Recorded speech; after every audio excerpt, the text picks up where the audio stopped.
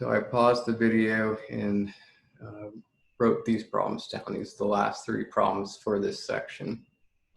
So the previous problems dealt with finding vertical asymptotes. Now the vertical asymptote, just comment real quick.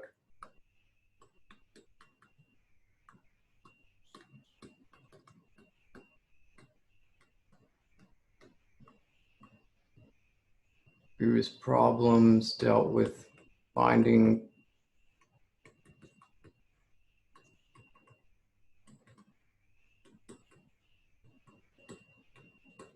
vertical asymptote. When determining, we didn't necessarily find the one-sided limit, but when determining the limit, when it's going to be at an asymptote,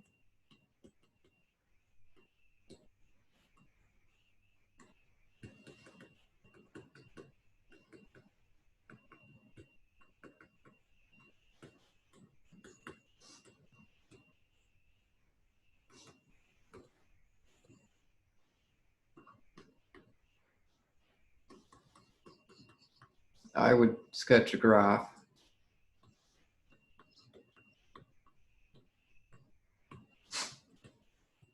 and from the graph determine it. So number 37 is going to be an example that I will sketch the graph.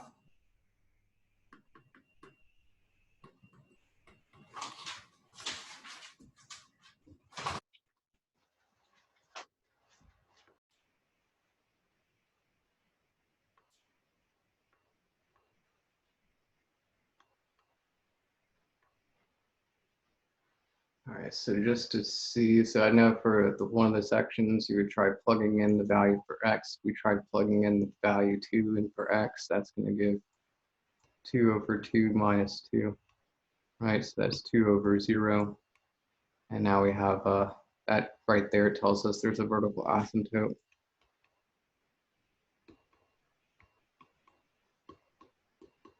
At x equals 2.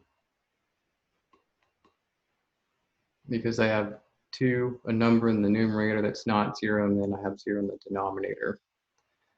So if you were to graph this function, it'll look something like the following.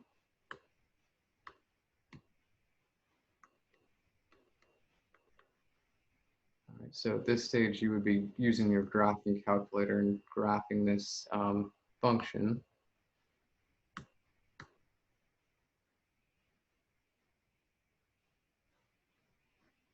It'll look something like that. I think it does something like that. And then this isn't supposed to cross the red dash line, it's supposed to just go down. So you just need to know the generally what the graph looks like. So I would graph it in the calculator, and that's what it's going to look something kind of similar to this. Now we're dealing with x approaches 2 and it has the plus sign. That is a right-hand limit.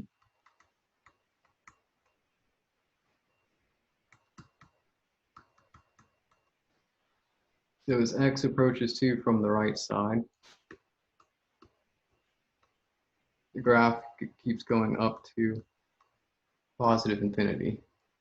So that's the limit. It's an infinite limit. It's positive infinity.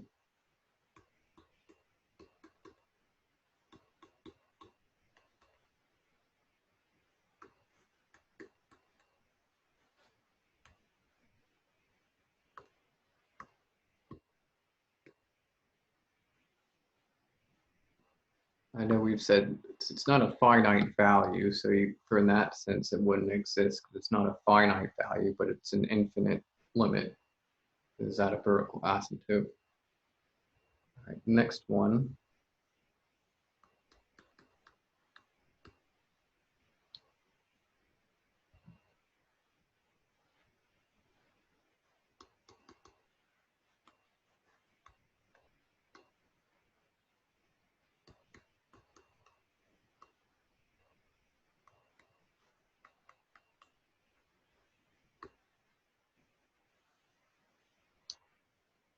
All right, so you will get 0 over 0 if you did plug in -3. So that's not going to tell us necessarily that there's a vertical asymptote. But if I were to factor the new denominator,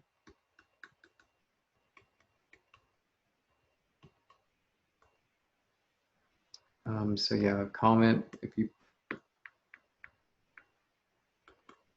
plugging in -3 right away gives you 0 over 0, which won't tell you yet that there's a vertical asymptote. So you would factor the denominator.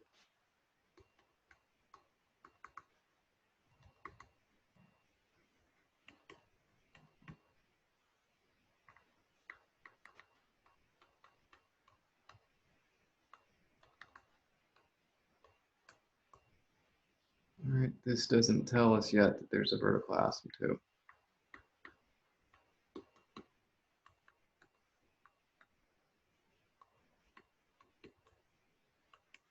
Since you have 0 in the numerator.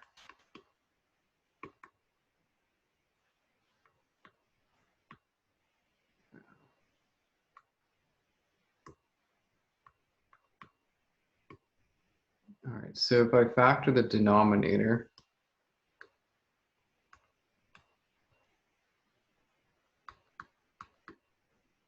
so because it's x squared, x factors of -6, that sum up to be 1. 3 times 2 is 6. If I want 1, I need +3 and -2. All right, and the +3's, x plus 3 cancel out.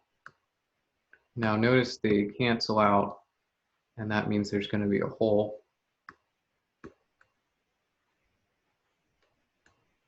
So the common factors cancel out, so that means there's a hole in the graph at -3.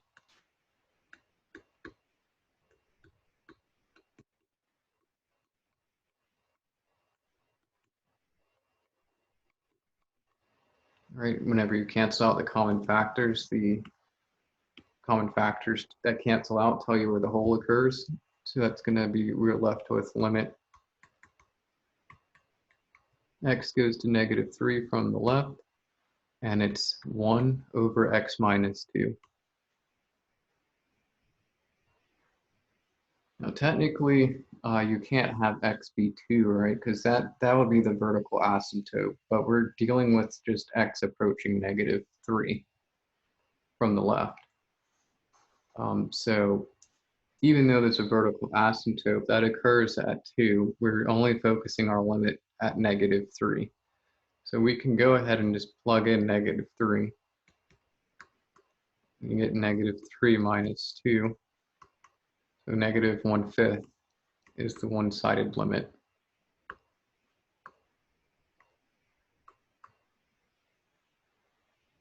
All right, so I'd make the other comment.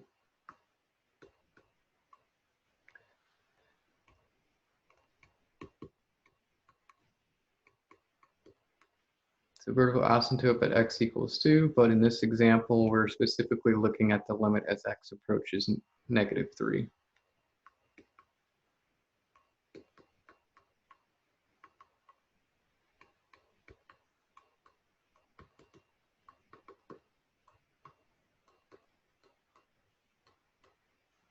And that's from the left, which direct substitution can give you that.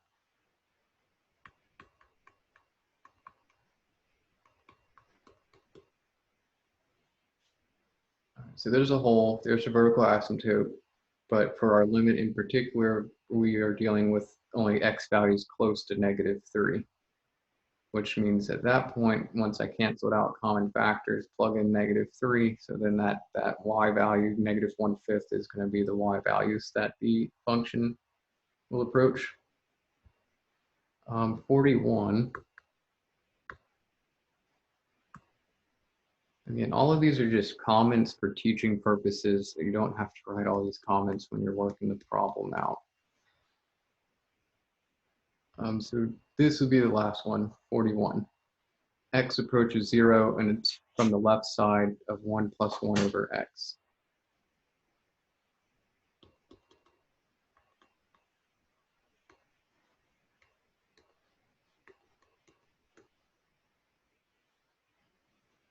Now this property of limits to where I can decompose this and break it up into two limits.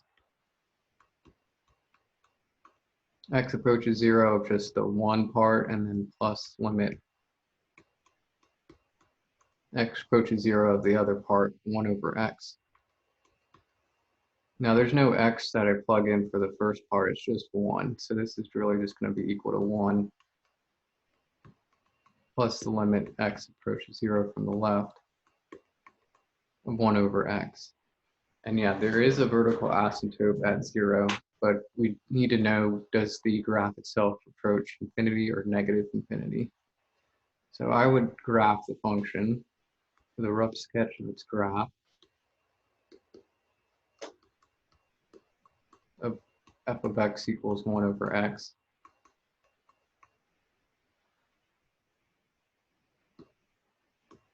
It's going to look like the following.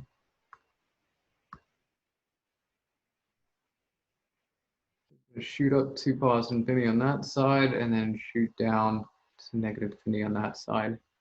Now we're only dealing with x approaching 0 from the left, right? That's what the minus means. So as x approaches 0 from the left, the f of x values approach negative infinity. Right, so we approach 0 from the left, and we have this portion that's shooting down to negative infinity.